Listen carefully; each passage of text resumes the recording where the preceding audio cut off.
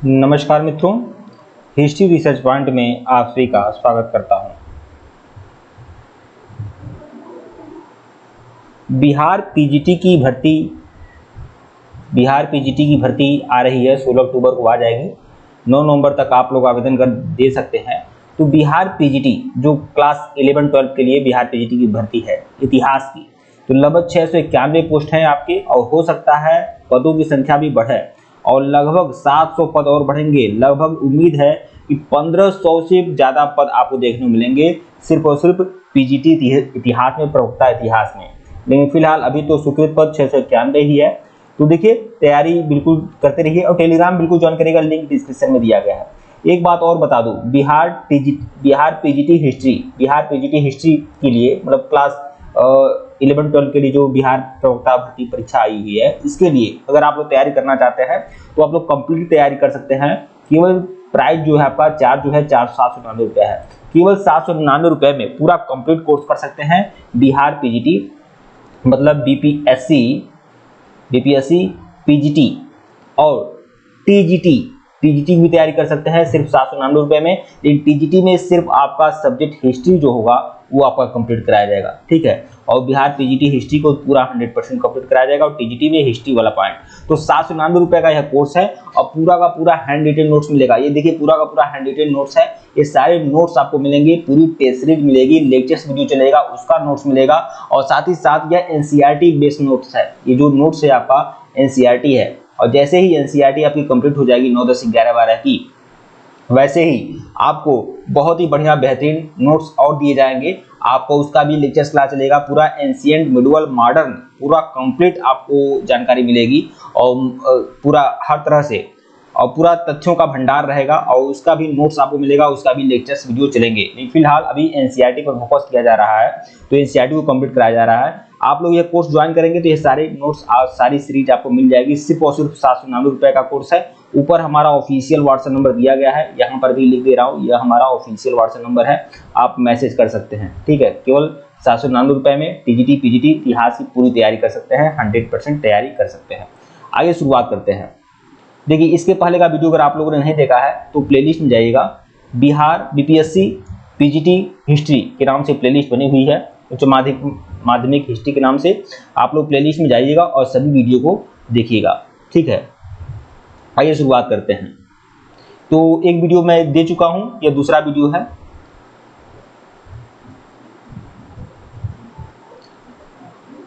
Telegram बिल्कुल join करेगा, link description में दिया गया है आप लोगों के लिए।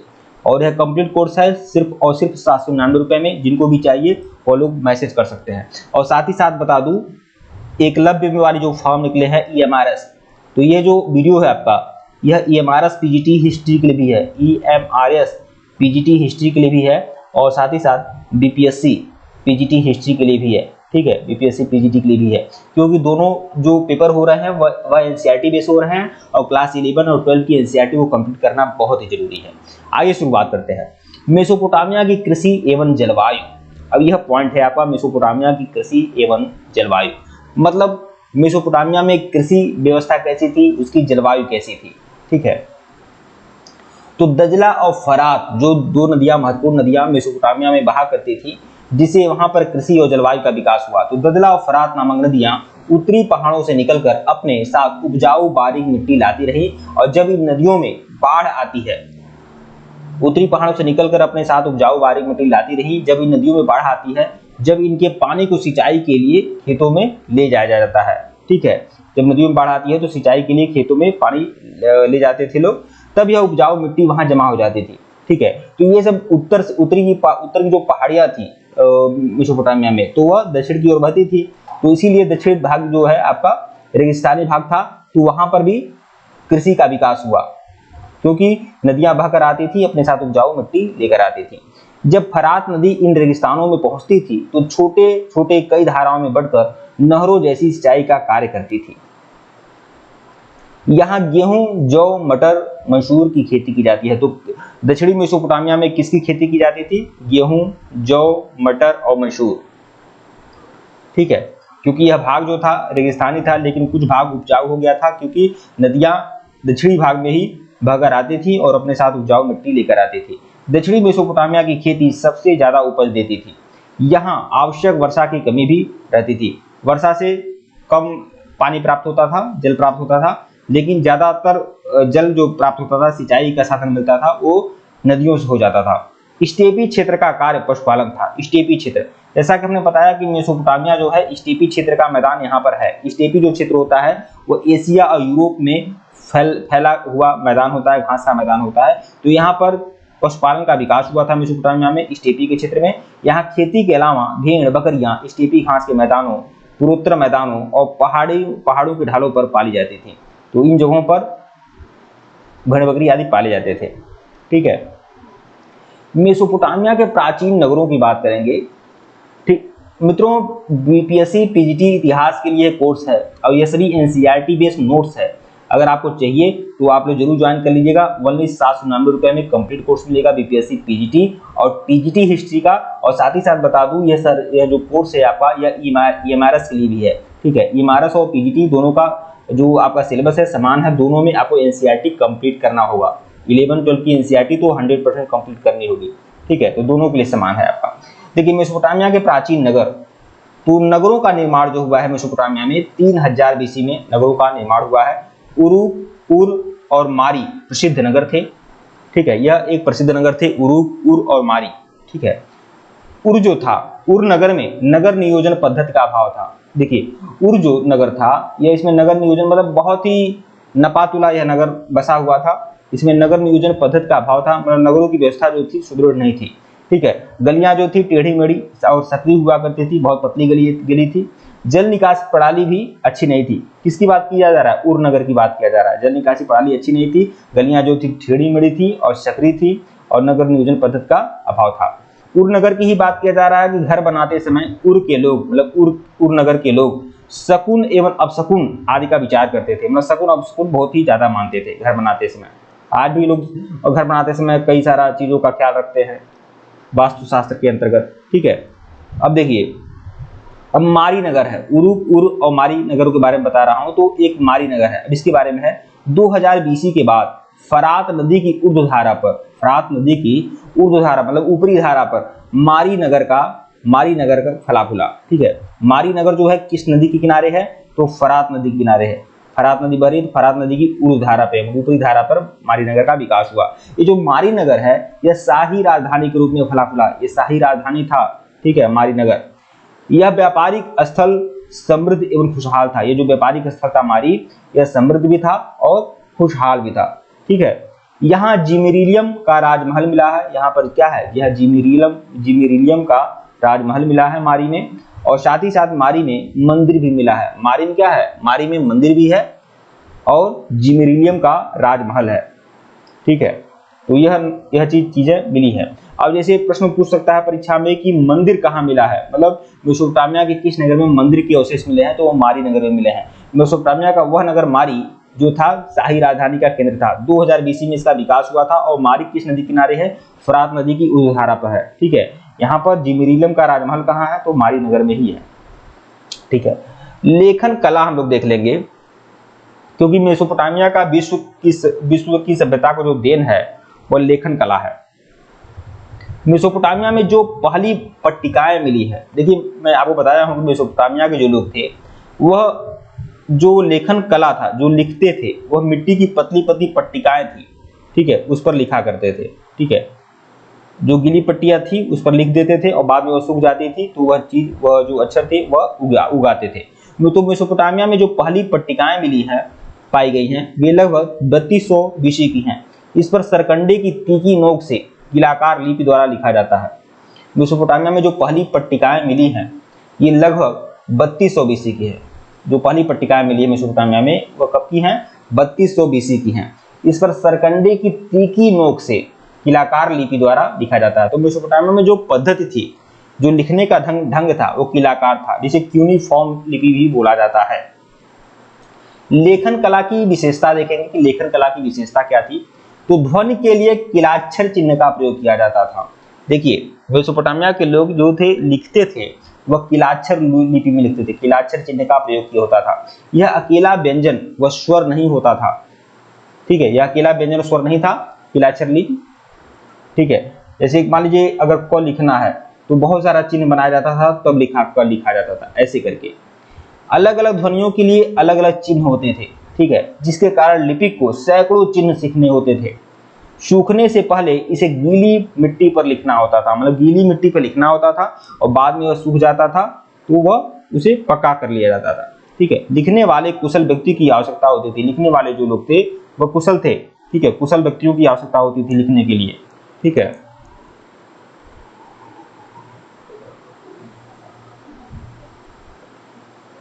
इसमें भाषा विशेष की ध्वनि को एक दृश्य रूप देना था।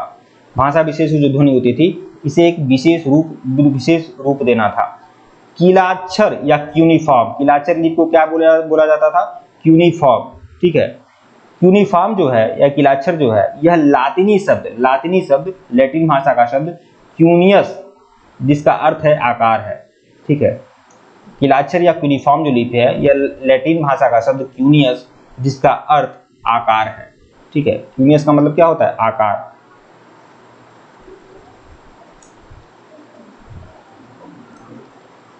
काल गणना, हम काल गणना देखेंगे। काल गणना और गणित की विद्वतापूर्ण परंपरा दुनिया को मेसोपोटामिया की देन है। दुनिया को मेसोपोटामिया की देन क्या है?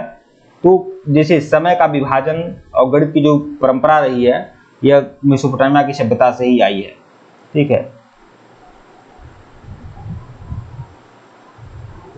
इस सभ्यता के लोग गुणा भाग, वर्गमूल, चक्रवृद्धि ब्याज से परिचित थे। गुणा भाग, वर्गमूल, चक्रवृद्धि ब्याज से इस सभ्यता के लोग परिचित थे। काल गणना के लिए यहाँ के लोगों ने एक वर्ष का 12 महीनों में व एक महीने का 4 सप्ताह में, एक दिन का 24 घंटे में, एक घंटे का 60 मिनट में विभाजन किया। मेसोपोटामिया के शहरों के जो प्रकार हैं वह क्या हैं? तो वे जो मंदिर के चारों ओर विकसित हुए शहर थे। देखिए मेसोपोटामिया में 3 तरह के शहर का विकास हुआ। जो मंदिर के चारों ओर विकसित हुए शहर थे वह पहले नंबर पे थे। फिर जो व्यापार केंद्रों के रूप में विकसित हुए शहर थे वह दूसरे नंबर पे थे। फिर शाही शहर था, शाही नगर था, यह तीसरे नंबर पे था, ठीक है। 3 तरह के नगरों का विकास हुआ था, शाही शहर, और फिर मंदिर के चारों ओर विकसित हुए शहर, और व्यापार केंद्रों के रूप में विकसित हुए शहर। 3 तरह के शहरों का विकास हुआ था। नगरों की बसावट,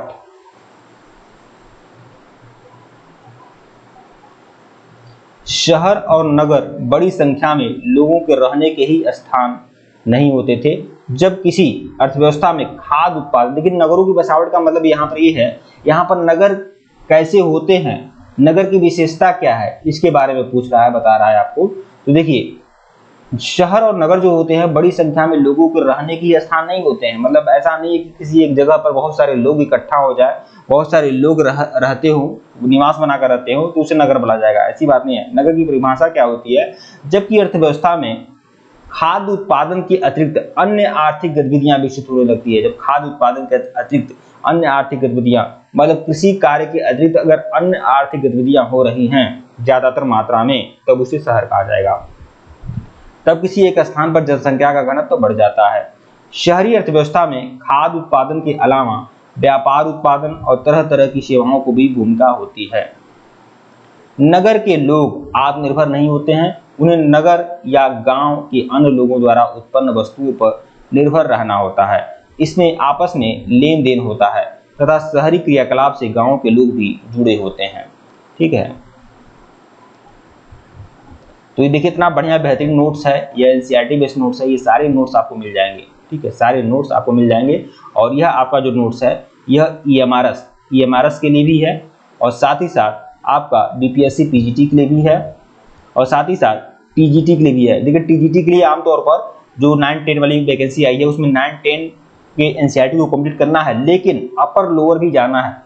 मतलब 11-12 भी अगर आप पढ़ लेते हैं या 6 से 8 भी पढ़ लेते हैं तो आपका कोई नुकसान नहीं होने वाला है, ठीक है, ये बात मैं कह रहा हूं। देखिए शहरी जीवन की विशेषताएं, शहरी जीवन में श्रम विभाजन होता है। शहरी जीवन की विशेषताएं क्या होती हैं? शहरी जीवन किसे कहा जाएगा, इसकी विशेषता देखिए। तो शहरी जीवन में क्या है? श्रम विभाजन होता है। मतलब शहरों में काम करने वाले अलग अलग तरह के लोग होते हैं, सबके कार्य करने की अलग अलग पद्धति है। विभिन्न कार्यों से जुड़े लोग आपस में लेन देन के माध्यम से जुड़े रहते हैं। शहरी विनिर्माताओं के लिए ईंधन धातु और विभिन्न प्रकार के पत्थर, लकड़ी आदि जरूरी चीजें भिन्न भिन्न जगहों से आती हैं। ठीक है। मेसोपोटामिया के शहरों में माल की आवाजाही, मेसोपोटामिया के जो शहर है वहां पर माल की आवाजाही कैसे होती है इसे देख लेते हैं। मेसोपोटामिया के खाद्य संसाधन कितने समृद्ध रहे हों, इसके वहां खनिज संसाधनों का अभाव था। देखिए मेसोपोटामिया में एक बात है, यहाँ पर खाद्य संसाधन समृद्ध थे, मतलब फसल की पैदावार होती थी, कृषि वाले क्षेत्र भी थे, अनाज, धान, गेहूं, तिल, सरसों जो भी कुछ था वह मेसोपोटामिया में उगता था, किसानी होती थी। लेकिन खाद्य संसाधन में तो समृद्ध थे मेसोपोटामिया के लोग, लेकिन खनिज संसाधनों का अभाव था। इसीलिए मेसोपोटामिया के लोग बाकी जगहों से खनिजों का आयात किया करते थे। तो दक्षिण के अधिकांश भागों में औजार, मोहर, मुद्राएं तथा आभूषण बनाने के लिए पत्थर की कमी थी। जो दक्षिण मेसोपोटामिया था वहां पर औजार, मोहर, मुद्राएं, आभूषण बनाने के लिए पत्थरों की कमी थी। ठीक है।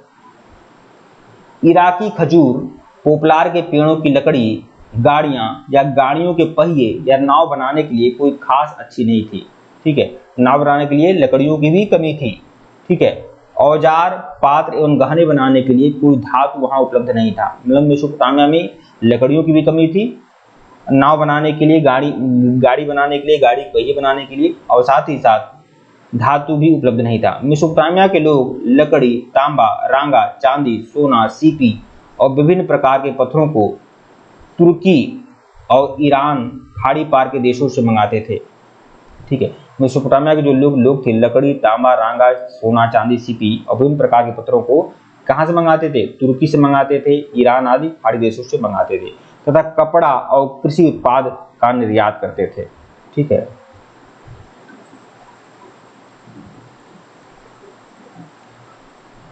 परिवहन व्यवस्था कैसी थी मेसोपोटामिया में?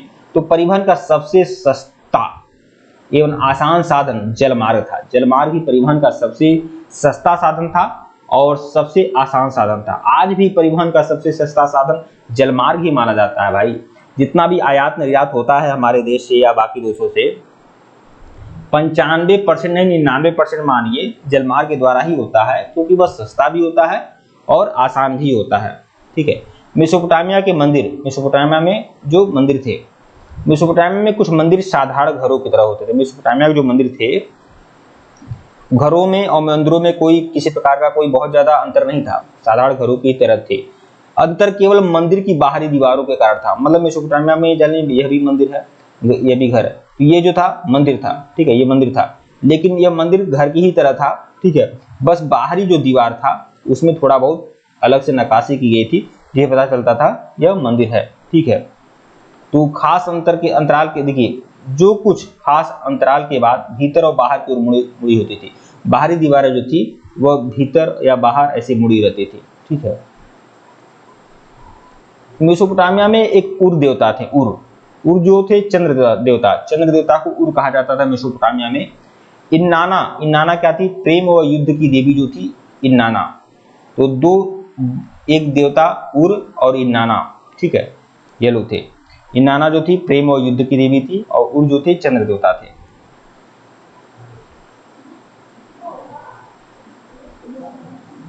मंदिर की बात की जा रही है तो ये समझिए, ये मेसोपोटामिया के जो मंदिर थे वह कच्ची ईंट के बने होते थे। किस ईंट के बने होते थे? कच्ची ईंट के बने होते थे। ये मंदिर ईंट के बनाए जाते थे तथा समय के साथ बड़े होते गए। पहले छोटा मंदिर बन गया, फिर उसके बाद समय के साथ और बड़ा बड़े या विशालकाय मंदिर बनने लगे। ठीक है। और मंदिर जो थे कच्ची ईंट के बनाए जाते थे, क्योंकि इनके खुले आंगन, मंदिर यह है तो मंदिर के जो खुले आंगन के चारों ओर कई कमरे बने होते थे। मंदिर है तो इस खुले आंगन की तरफ चारों तरफ कई प्रकार के कई कमरे बने होते थे। ठीक है। ऐसे कुछ प्रारंभिक मंदिर साधारण घरों से अलग किस्म के नहीं होते थे, क्योंकि मंदिर भी किसी देवता का घर था। तो प्रारंभिक जो साधारण मंदिर थे वो किसी वैसे ही मतलब घर से अलग नहीं थे, वो घरों की ही तरह थे। ठीक है। बस उसे मंदिर मान लिया गया था। और थोड़ा बहुत अंतर बताया हूँ कि मंदिर जो थे पहले छोटे थे, बाद में बड़े होते गए और साधारण घरों की ही तरह थे। बस उनकी बाहरी दीवार में थोड़ा बहुत अंतर था, और मंदिर जो थे वह कच्ची ईंट के बने होते थे।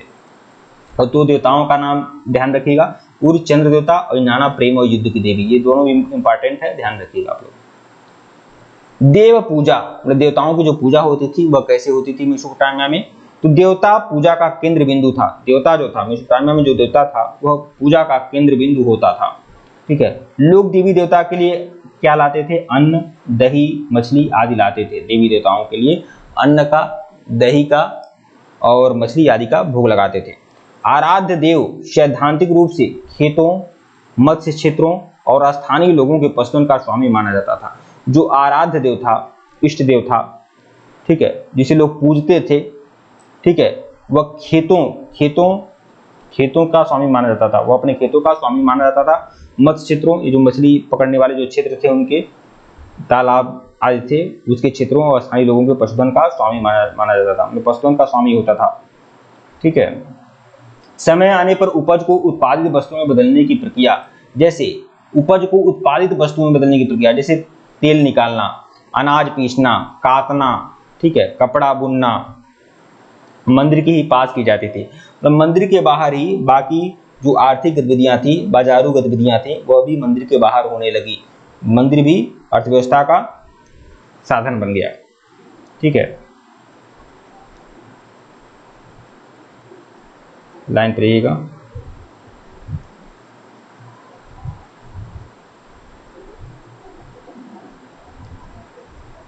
देखिए, बेहतरीन नोट्स आपको मिल जाएगा जो EMRS PGT में भी काम देगा और साथ ही साथ BPSC PGT और PGT हिस्ट्री दोनों में काम देगा। ठीक है, तो सबका कंबाइंड क्लास चल रहा है। मनी 799 रुपये में सारे नोट्स आपको मिल जाएंगे। सारा कोर्स ही आप ले सकते हैं। ठीक है,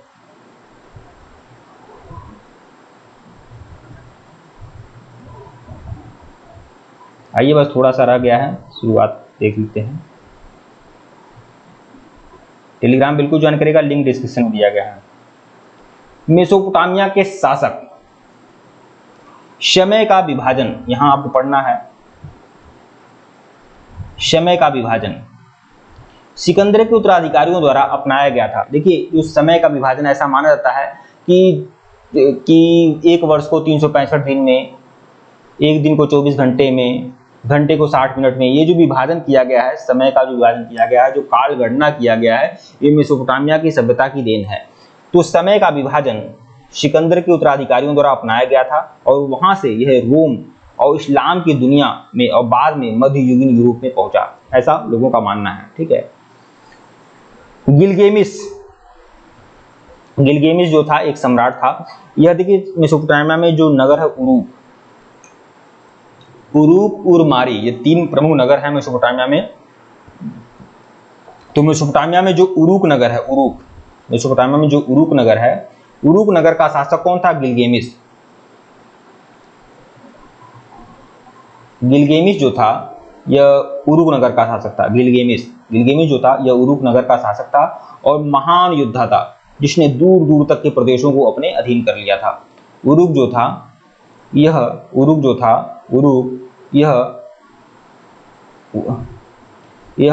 उरूक नगर का शासक था। गिलगेमिस जो था उरूक नगर का शासक था और महान योद्धा था। उरूक नगर का शासक था गिलगेमिस। ठीक है, और उसने दूर दूर तक प्रदेशों को अपने अधीन कर लिया था। ठीक है, मतलब बहुत सारा एक विजेता था। अशुरबनिपाल, जैसे गिलगेमिस योद्धा है वैसे अशुरबनिपाल है। इस असीरियाई शासक ने, असीरिया का शासक था अशुरबनिपाल। ठीक है, यह असीरियाई शासक ने बेबीलोनिया से कई मिट्टी की पट्टिकाएं मंगवाकर निन्वे में पुस्तकालय बनवाया था।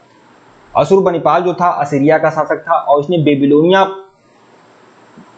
पर आक्रमण करके वहां से कई मिट्टी की पट्टिकाएं मंगवाया। जैसा कि हमने बताया कि पट्टिकाओं पर मेसोपोटामिया के लोग कुछ किलाक्षर लिपि में लिख देते थे और सूखने के बाद वह चीजें काम में आती थी। तो उसने सारी पट्टिकाओं को मंगवाकर निन्वे एक जगह था असीरिया में, वहां पर पुस्तकालय स्थापित करवाया। तो ये प्रश्न आ सकता है कि अशुरबनिपाल कहाँ का शासक था? तो वह असीरिया का शासक था। ठीक है, असीरिया का, मेसोपोटामिया का जो उत्तरी भाग था वह असीरिया कहलाता था, वो असीरिया का शासक था और दक्षिणी भाग जो था बेबीलोनिया कहलाता था। ठीक है, तो दक्षिणी भाग बेबीलोनिया से कई मिट्टी की पट्टिकाएं मंगवाया और निन्वे में पुस्तकालय स्थापित करवाया अशुरबनिपाल। ठीक है, नेबोपोलासर क्या है? तो नेबोपोलासर ने 625 BC में बेबीलोनिया को असीरिया आधिपत्य से मुक्त किया। तो बेबीलोनिया को असीरियाई आधिपत्य से मुक्त किसने करवाया था? नेबोपोलासर ने। कब? 625 बीसी में। 625 बीसी में इसने असीरियाई कब्जे से बेबीलोनिया को आज़ाद करवाया था नेबोपोलास पर। ठीक है, देखिए ये है हमारा ऑफिशियल व्हाट्सएप नंबर, ये देख सकते हैं आप लोग। इसी पर आप लोग को मैसेज करना है। अगर आपको पूरा नोट्स चाहिए, पूरा कोर्स ज्वाइन करना है तो इस पर आप मैसेज कर सकते हैं। ये हमारा ऑफिशियल व्हाट्सएप नंबर है 8318397276। ठीक है मित्रों, वीडियो को लाइक और चैनल को सब्सक्राइब करेगा। धन्यवाद आप लोग को।